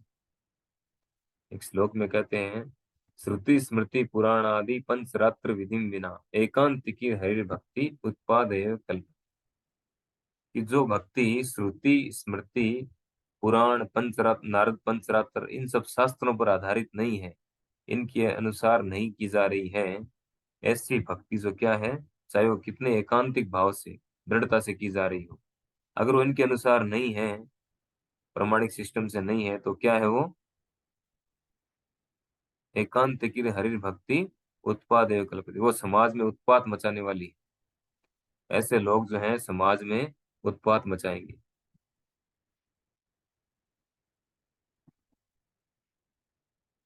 किसी अनधिकृत भक्त को कभी भी शुद्ध भक्त की मान्यता नहीं देनी दी जानी चाहिए। जो अधिकृत नहीं है, जो प्रमाणिक गुरु परंपरा में नहीं है, ऐसे व्यक्ति को शुद्ध भक्त की मान्यता नहीं दी जानी चाहिए। वैदिक साहित्य से ऐसे संदेशों को आत्मसात करके अपने भीतर अंतर्यामी परमात्मा को निरंतर देखा जा सकता है। ये समाधि कहलाती है। हरे कृष्णा। आज हम यहीं तक करेंगे।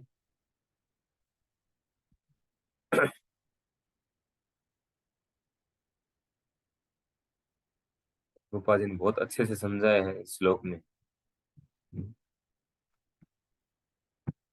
कि शुद्ध भक्ति क्या है, किससे हमें सुनना चाहिए, किससे नहीं सुनना चाहिए, सब कुछ क्लियर कर दिया उन्होंने।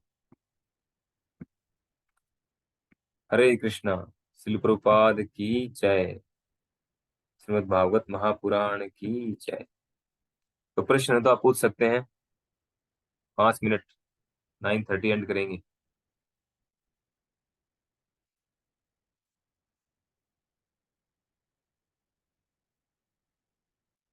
तो क्वेश्चन। क्लास इतनी शानदार थी, कुछ समझ नहीं आया। क्यों? ऐसा लग रहा है मेरे को। तो जी एक प्रश्न था बताइए। कि जैसे आपने ये 4 प्रकार के जो मनुष्य बताए ना, कर्मी, हम्म। ज्ञानी, योगी और भक्त, हाँ। तो जैसे हम हमारा लेवल कैसे नापे कि हम किस कैटेगरी में आएंगे? मतलब कैसे हमारा एनालिसिस करें? तो पता है, कर्मी जो होता है, यानी 2 प्रकार के कर्मी होते हैं। एक तो वो जो शास्त्रों में विपरीत कार्य करता है, उसकी तो यहाँ बात ही नहीं की जा रही है। वो तो कैटेगरी में है ही नहीं किसी भी। वो तो पशु की तरह मान लो आप। तो दूसरा जो कर्मी, यहाँ जो कर्मी बताया जा रहा है, वो है जो सकाम कर्म करता है ना, कर्म कांड करता है। ये चाहिए इसलिए इनकी पूजा, ये हवन, ये यज्ञ, ये पूजा, वो सब करता है। आज इसके, कल उसके, परसों उसके, इस तरह से। तो वो कर्मी है, उसको कर्मी कहा गया है। ठीक है। और दूसरा जो है, इसमें भी और कैटेगरी है, और डिवाइडेशन करेंगे ना। जैसे कर्मी जो होता है, वो सकाम कर्म करता है। ठीक है। लेकिन जब वो वही व्यक्ति भगवान के पास आता है और वो कुछ प्राप्त करके उसमें से भगवान को कुछ देता है, यानी अपने कर्मों के फल अर्पित करता है भगवान को। इन भगवान के पास, भगवान ने कहा 4 प्रकार के लोग मेरे पास आते हैं। आर्थ जिज्ञासु, अर्थार्थी, ज्ञानी। जो दुखी हैं वो आते हैं, जिनको धन चाहिए वो आते हैं, जो जिज्ञासु हैं वो आते हैं, और जो ज्ञानी हैं यानी जो भक्त हैं वो आते हैं। ये 4 प्रकार के लोग भगवान ने कहा मेरी शरण में आते हैं। और वो मेरी शरण में आते हैं, इसीलिए वो क्या है, वो विशेष है, वो सुकृतिवान है। चतुर्विद्या भजन्ते माम जना सुकृतिन अर्जुन। ये 4 प्रकार के लोग सुकृति हैं, क्योंकि भगवान के पास आए, और किसी के पास नहीं गए। और किसी के पास भी जाते हैं लोग इन्हीं चारों चीजों के लिए, है ना। लेकिन जो भगवान के पास आता है, और फिर भगवान के पास आने के बाद भगवान को अपने कर्मों के फल अर्पित करता है, तो उसको बोलते हैं कर्म योग। यानी सेकंड स्टेप, कर्म कांड से, सकाम कर्म से ऊपर की स्टेप हो गई है कर्म योग। तो एक तो कर्म ही बताया, उसके बाद कर्म योग हो गया, उसके बाद में ज्ञान योग है। यानी कोई योग शब्द तभी आएगा जब वो भगवान से कनेक्टेड होगा। चाहे ज्ञान योग हो, चाहे अष्टांग योग हो, चाहे भक्ति योग हो, चाहे कर्म योग। अगर भगवान से कनेक्टेड नहीं, उसमें भक्ति नहीं है ना, आगे वाले श्लोक में आएगा अगली बार, भक्ति उसमें मिक्स मिक्स नहीं है, तो फिर वो योग नहीं आएगा, वो कर्म कांड हो जाएगा वो। ऐसा है। तो उससे ऊपर फिर कर्मी से ऊपर ज्ञानी है। ज्ञानी अर्थात जो वेदों वैदिक शास्त्रों से ज्ञान प्राप्त करता है, लेकिन वो ब्रह्म ज्योति तक जान पाता है कि भगवान निराकार ब्रह्म ज्योति है, वहां तक जानता है। तो उस कैटेगरी में तो हम नहीं है कि नहीं है क्या? नहीं, नहीं है प्रभु जी। फिर उससे आगे आता है जो जो अष्टांग योग करता है, जो अष्टांग योग के द्वारा परमात्मा को जानना चाहता है, उसमें भी हम नहीं है। और अष्टांग योग हमारे बस का भी नहीं है। फिर उससे ऊपर और कर्मी भी नहीं है। हम भक्ति मान लो कर कर रहे हैं, प्रयास कर रहे हैं, जितना हमने अब तक समझा है। तो कर्मी भी एकदम से नहीं है, थोड़ा थोड़ा मिक्स चल रहा है अभी। या वो वैसे मान सकते हैं कर्म योग चल रहा है, उसका प्रयास कर रहे हैं। दूसरे के पास नहीं जा रहे हैं, कम से कम भगवान के पास आए हैं। कुछ डिजायर्स हमारी हो सकती हैं, उसके लिए कुछ कभी कभी रिक्वेस्ट कर लेते हैं भगवान से, ये डिजायर, ये इच्छा है, या मन में रहती है, बोलते नहीं है। तो परमात्मा रूप में भगवान जानते हैं कि मन में क्या चल रहा है। तो और उससे ऊपर है भक्त हैं, अष्टांग योग से ऊपर, यानी भक्त यानी जो भगवान की सेवा में लगा है। अब भक्तों में भी जो है 3 लेवल है, कनिष्ठ अधिकारी, मध्यम अधिकारी, उत्तम अधिकारी, 3 है। तो हम कौन से, हमको रिकॉग्नाइज करना है हमारा क्या लेवल है। तीनों का बताया भी गया है कि जो कनिष्ठ अधिकारी है वो केवल भगवान के बारे में थोड़ा बहुत, मतलब भगवान को प्रणाम करता है, नमस्कार करता है, उनके प्रति आदर भाव है, भक्तों के प्रति आदर भाव नहीं होता। ज्यादा उसको नॉलेज भी कुछ नहीं होता, शास्त्रों का ज्ञान भी कुछ नहीं है, भक्ति के बारे में कुछ नहीं। वो मंदिर आता है, धोख लगाता है, प्रणाम करता है, परिक्रमा करता है, चला जाता है। उससे ऊपर जो मध्यम अधिकारी है, वो जो है वो जो भगवान की सेवा करता है, भगवान को प्रणाम करता है, भगवान को आदर देता है, भक्तों को भी वैसे आदर देता है। उसको जानकारी रहती है, शास्त्रों का बहुत नॉलेज होता है, काफी, 100% नहीं तो काफी नॉलेज होता है। और जो चार बताए ना क्वालिटी, उसमें 4 गुण बताए थे मध्यम अधिकारी के। और क्या है, हाँ, जो जो कनिष्ठ अधिकारी आते हैं उनके प्रति दया का भाव होता है कि इनको कैसे, इनको सिखाएं, आगे बढ़ाएं भक्ति में। और फोर्थ जो है वो है, जो ईर्ष्यालु लोग हैं या जो भगवान से ईर्ष्या करते हैं, भक्तों से ईर्ष्या करते हैं, उनके प्रति क्रोध होता है। तो ये मध्यम अधिकारी के गुण हैं। फिर उत्तम अधिकारी है, उत्तम अधिकारी जो होते हैं, शुद्ध भक्त हैं, वो किसी में भेद नहीं करते हैं। चाहे कोई कनिष्ठ हो, चाहे कोई ईर्ष्यावान हो, कुछ भी हो, वो सभी को भक्ति प्रदान करना चाहते हैं, सभी पे दयालु रहते हैं। वो किसी में भेद दर्शन नहीं करते, सभी को समान दृष्टि से, सबको ऐसा देखते हैं कि सब भगवान के जो हैं, भगवान के अंश हैं। इन सबको कैसे, इनका सबका उद्धार हो, हमेशा इस चिंता में रहते हैं। इस तरह से अब हमें रिकॉग्नाइज करना है हमारा क्या लेवल है। बिल्कुल बिल्कुल ठीक है प्रभु जी, हरे कृष्ण। खुद का ही रिकॉग्नाइज करना चाहिए, दूसरों का नहीं करना चाहिए। हम्म। जनरली क्या होता है, जो मंदिर से जुड़ते हैं, भक्त लोग जुड़ते हैं भक्ति में, कुछ दिन बाद जो है वो अपने आप को कुछ समझने लग जाते हैं कि मैं तो कुछ हूँ। तो दूसरों को रिकॉग्नाइज करते हैं कि वो ऐसे नहीं कर रहा, वो ऐसे नहीं कर रहा, उसका लेवल ये है, उसका लेवल ये है। ये सब गलत है, वो तो ऐसा नहीं अपराध करना हो गया। चाहिए। हाँ, वो अपराध है। हमें क्या पता वैष्णव। किसका क्या लेवल है। हम तो बाहरी चीजें देखते हैं। कई बार भक्तों का पता नहीं चलता है, जो बहुत बड़े बड़े भक्त होते हैं उनका कुछ पता नहीं चलता है, उनकी बाहरी बाहरी कार्यकलाप देख करके कुछ पता नहीं चलता है। वैष्णव मेरे क्रिया मुद्रा विज्ञान ने बुझे, वैष्णव के जो कार्यकलाप हैं उनको हम देख के नहीं समझ सकते क्या है। जैसे आपने वो सुना होगा, भगवान शिव कथा कर रहे थे, माता पार्वती को गोद में बिठा रखा था उन्होंने और भागवत कथा कर रहे थे। और सामने सब ऋषि मुनि सब बैठे हैं, नारद मुनि बैठे हैं, व्यास देव जी बैठे हैं, बड़े बड़े ऋषि मुनि बैठे हैं, और वो कथा सुन रहे हैं। तो शिव जी तो महाभागवत हैं, परम वैष्णव है, वैष्णव नाम यथा संभव। लेकिन चित्र, महाराज चित्र के तो जब आए अपने विमान से आ रहे थे ऊपर से, उन्होंने जब ये देखा तो वो कंफ्यूज हो गए। वो शिव जी की स्थिति को भूल गए कि शिव जी की क्या स्थिति है। वो देख करके हंसने लग गए, ये कैसी, क्या कर रहे हैं। अपनी वाइफ को गोद में बिठा करके भागवत कथा कर रहे हैं। तो वो हंस लिए वो। तो हंसे तो पार्वती जी को क्रोध आ गया, उन्होंने श्राप दे दिया कि तुम राक्षस बन जाओ, तुम्हें पता नहीं शिव जी क्या स्थिति है, तुम्हें इस तरह का विचार तुम्हारे मन में कैसे आया।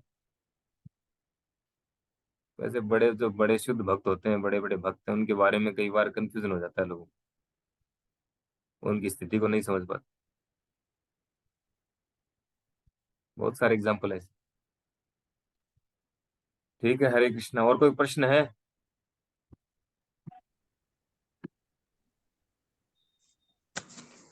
ना एक चैट बॉक्स में है क्वेश्चन प्रभु। हाँ, चंट चैंट इसमें चैट बॉक्स में है, रात को चैंट करते करते सो जाएं या क्या है, सो जाएं तो ये गलत होगा क्या? इसमें क्या गलत है? अच्छा है। जब करते करते नींद आ जाएगी, अच्छा रहेगा, वही चलता रहेगा नींद में। हरे कृष्ण प्रभु जी, दंडवत प्रणाम। सोते अंतिम समय, सोते समय जो विचार रहेगा ना हमारा, वही फिर उससे रिलेटेड रिलेटेड सब स्वप्न आते हैं हमें। यस जी, पूछिए, बताइए।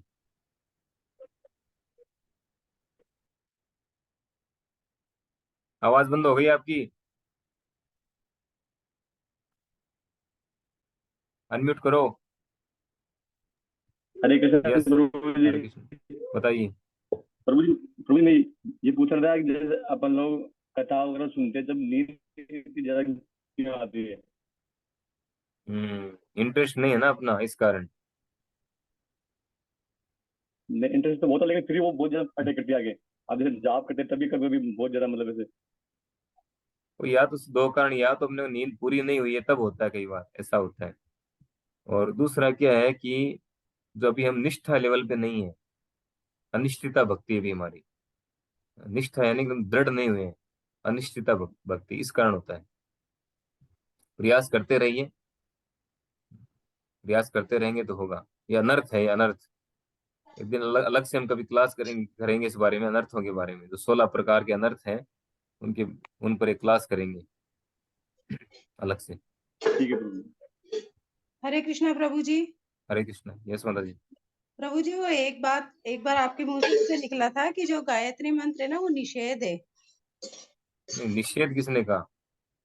आप, मुझे यही ध्यान है कि शायद आपके मुंह से निकला था गायत्री मंत्र तो निषेध है अगर हम करते हैं। निषेध तो नहीं है, वो ऐसा है, गायत्री मंत्र जो है ऐसे हर किसी को नहीं करना चाहिए। वो आपको आपके गुरु अगर देते हैं, प्रमाणिक गुरु देते हैं गायत्री मंत्र, तब करना होता है। वो ऐसे हर किसी के लिए गायत्री मंत्र नहीं होता है, कहने का मतलब ये है। अच्छा, तो अगर वो दिया जाएगा तो ही किया जाए, अन्यथा नहीं किया जाए। हाँ, अन्यथा नहीं करते, ये सिस्टम है। तो तो इसका कोई मतलब लॉजिक है क्या? जैसे मेरा परिवार जो है ना, जैसे गायत्री से जुड़ा हुआ है मेरा पियर का परिवार। हम्म। तो जैसे मैं उनको कहती हूँ कि हमारे प्रभु जी ने हमको ऐसे कहा था एक बार। उनको तो ये मत को आप निषेध कहेंगे, वो तो गलत है, निषेध कहना ठीक नहीं है। उसका सिस्टम है, मतलब जैसे हम, मैं जो गुरु है हमारे, वो देते हैं गायत्री मंत्र, और निषेध कुछ नहीं, उससे कोई नुकसान होने वाला नहीं। अगर वो लोग कर रहे हैं तो उससे कोई नुकसान होने वाला नहीं है। तो अच्छा जो भी है, उसका हर चीज का एक तरीका होता है। गायत्री मंत्र मन में किया जाता है, उसको बोल के भी नहीं। जो जैसे हमें इस्कॉन में जिनको गायत्री दीक्षा दी जाती है, ब्राह्मण दीक्षा मिलती है, वो लोग गायत्री मंत्र करते हैं एवरीडे, दिन में 3 बार करते हैं गायत्री मंत्र। तो लेकिन वो मन मन में करते हैं, बोल के नहीं करते हो।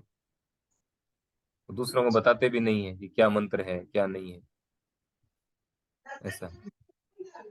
हरे कृष्ण। वो जो कर रहे हैं उनको डिस्टर्ब मत करो, आप जो भी कर रहे हैं ना उनको डिस्टर्ब मत प्रभु जी, करो। क्या है कि जैसे आपसे ना जो ज्ञान मिलता है ना बड़ा अच्छा लगता है, तो मैं उसको भी थोड़ा बांट देती हूँ। पहले उसको घर में। क्लियर करो, क्लियर करके फिर बताओ दूसरों को, कि बताना हाँ आगे बताएं तो क्या बताएं, हाँ। ऐसा है। हरे वो जो कृष्ण कर रहे हैं प्रभु उनको जी। डिस्टर्ब मत करो। हाँ, हरे कृष्ण, दंडवत प्रणाम प्रभु जी। बताइए। प्रभु जी, कोई कोई जॉब करते हैं तो किसी किसी लगता है कि हम कर्म योगी है, हम कर्म कर रहे हैं, हम कर्म हम्म तो ये बात सही है या कृष्ण भगवान जी को सेंटर में रख के अगर कर्म करे तो वो कर्म योगी बने? एग्जैक्ट क्या होता हो क्या रहा है कि लोग क्या करते हैं, गीता का वो श्लोक लेते हैं, और उस श्लोक का ना, जो 2 लाइन में पूरा श्लोक है उसमें कई सारी बातें बताई है, उसकी केवल एक ही बात को लेते हैं। उसका क्वार्टर, श्लोक का जो क्वार्टर पार्ट है ना, चौथा पार्ट, वो लेते हैं। क्या श्लोक है वो? कर्मण्यवाधिकारस्ते, ये माँ कर्म करने का अधिकार है, कर्म करो कर्म करो। उसका बाकी आगे क्या लिखा है उसको पता नहीं, उनको उसके बारे में जानकारी नहीं करते। कर्मण्यवाधिकारस्ते माँ फलेषु कदाचन, कि तुम्हें कर्म करने का अधिकार है, लेकिन फल का अधिकार नहीं है। तो ऐसा कोई कर रहा है क्या, जो कर्म कर रहे हैं, जो ऐसे बोल रहे हैं हम कर्म कर रहे हैं, वो फल के अधिकार या फल का विचार किए बिना ही कर रहे हैं क्या? ऐसा नहीं है। माँ कर्म फल हेतुर्भुर्मा, आगे की लाइन में और पढ़ो क्या बताया गया है। यानी उसमें कहा गया है कि तुम्हें कर्म करने का अधिकार है। अच्छा, अधिकार किसको दिया जाता है? जो अधिकार किसी को मिलता है तो उसके साथ में रिस्पॉन्सिबिलिटी भी होती है।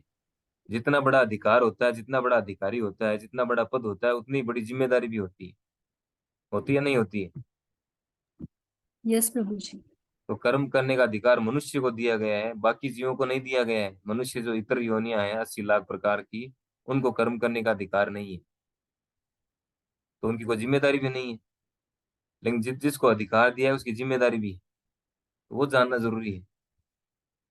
और फल की माँ फलेषु कदाचन, यानी फल जो है वो देना भगवान के हाथ में। हमें कर्म करने का अधिकार दिया गया है, तो हमें हमारी स्थिति के अनुसार भगवान को प्रसन्न करने के लिए कर्म करना चाहिए। वो यही अधिकार दिया गया हमें कि भगवान को प्रसन्न करने के लिए कर्म करें। उनको कैसे प्रसन्न किया जाए,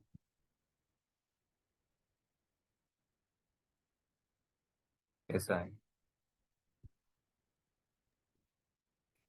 कर्म फलों से आसक्त हुए बिना कर्म करना चाहिए, अगली लाइन में बताया गया है। कर्म फलों से आसक्त हुए बिना कर्म करना चाहिए। इस तरह से अगर कर्म करते हैं हम, तो हम कर्म फलों से बंधेंगे नहीं। ठीक है। ओके प्रभु जी, धन्यवाद प्रभु जी, दंडवत प्रणाम। इस प्रतिभा माता जी क्या करें? हरे कृष्णा प्रभु जी। हरे प्रभु जी, कृष्ण। जैसे आपने बताया कि ब्रह्मवादी निराकारवादी होते हैं, उनके अकॉर्डिंग मोक्ष होता है सायुज्य मोक्ष, मतलब उनमें मर्ज हम्म। हो जाना। तो हम्म। हमारे जैसे सगुणवादी हैं, हम चारों संप्रदाय भी सगुणवादी है, तो इनमें मोक्ष का मतलब यही हुआ कि भगवान के धाम जाके उनसे उनकी सेवा करना, उनसे प्रेम का आदान प्रदान करना, यही हुआ ना प्रभु जी? यही हुआ, यही। सायुज्य मोक्ष भी दो प्रकार के होते हैं, ब्रह्म सायुज्य और भागवत सायुज्य। जैसे शिशुपाल का वध किया था भगवान ने, तो शिशुपाल जो आत्मा है वो भगवान में प्रवेश कर गई थी। भगवान कृष्ण वहीं पे थे। भगवान ने कृष्ण जब मारा था सुदर्शन से, तो उसको तो बताया जाता है वहां भागवत सायुज्य मुक्ति मिली, यानी भगवान कृष्ण प्रवेश कर गई, और भगवान कृष्ण के द्वारा प्रवेश करने के बाद वो सीधा भगवत धाम में पहुंच गई।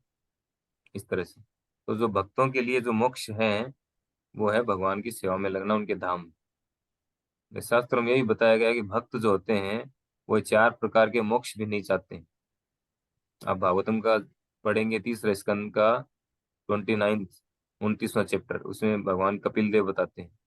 और शायद 9वें स्कंद में भी है एक जगह, वहां भी बताया गया है कि भक्त जो होते हैं वो ये 4 प्रकार के जो मोक्ष हैं ये भी नहीं चाहते। भाई मोक्ष का मतलब यही है उनके धाम में जाना, उनकी सेवा में लगना। जी प्रभु जी। हरे कृष्ण। लेकिन जैसे कुछ अदर लोग होते हैं ना, वैसे बोलते हैं कि मोक्ष का मतलब तो वही होता है मिक्स होना, तो फिर उधर जाके क्या करना है, वो तुम भटक रहे हो, ऐसे मतलब कुछ कमेंट्स तो करते हैं। ऐसे लोग मायावादी, इसीलिए उनको मायावादी बोलते हैं। जनरली हमें हाँ। से मायावादी नहीं दिखेंगे, जब बात करेंगे तब पता चलेगा। ज्यादातर लोग मायावादी हैं। उनको हम्म। भगवान, उनको इतना ही नॉलेज, वो इतना ही जानते हैं कि भगवान जब यहाँ, यानी वो अवतार लेते हैं तो हमारे जैसे होते हैं। जैसे हम प्रकट होते हैं, जन्म लेते हैं, वैसे वो जन्म लेते हैं। और एक्चुअली वो निराकार है। तो भगवान ने 7.24 में बताया ना, अव्यक्तम व्यक्तिम आपन्नम मन्यते माम बुद्ध है। तो ऐसे जी लोग क्या प्रभु जी। मानते हैं कि भगवान तो अल्टीमेटली निराकार हैं, और जब यहाँ पर पृथ्वी पर अवतार लेते हैं तब वो साकार रूप लेते हैं, जो हमारी तरह मैटर का बना होता है। वो ये सोचते हैं। और वापस जब भगवान जाते हैं तो वापस निराकार हो जाते हैं, वो निराकार मिल जाते हैं। तो वो ऐसा सोचते हैं कि हम भी जो है, हम भी जब इस शरीर को छोड़ेंगे तो उस निराकार में मिल जाएंगे। तो भगवान भी निराकार है, हम भी निराकार है, सब मिलकर के मिल जाएंगे सब। बस ऐसा सोचना हम। तो इसीलिए जी उनको प्रभु। मायावादी बोला जाता है। ऐसे लोगों से दूर ही रहना चाहिए, ऐसे लोगों से सुनना भी नहीं चाहिए। भगवान चैतन्य महाप्रभु ने कहा है कि मायावादी भाष्य सुने है सर्वनाश। तो मायावादी भाष्य सुनता है उसका सर्वनाश हो जाता है। थैंक यू प्रभु जी। हरे कृष्णा। श्री कृष्ण। यस। ठीक है। और कुछ?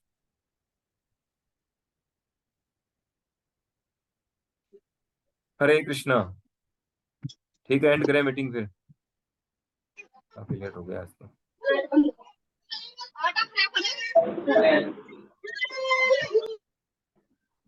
तो कल एकादशी है, सभी को एकादशी व्रत रखना है, अन्न ग्रहण नहीं करना है। अधिक से अधिक भगवान के नामों का जप करें, और भगवान के दर्शन करें, मंदिर आए पॉसिबल हो तो, और भगवान के विषय में पढ़ें, सुने, श्रवण करें। ठीक है। हरे कृष्ण। शिल प्रपाद की जय। गुरु महाराज की जय। अनंत कोटि वैष्णव भक्त वृंद की जय। नवाचार्य श्री हरिदास ठाकुर की जय।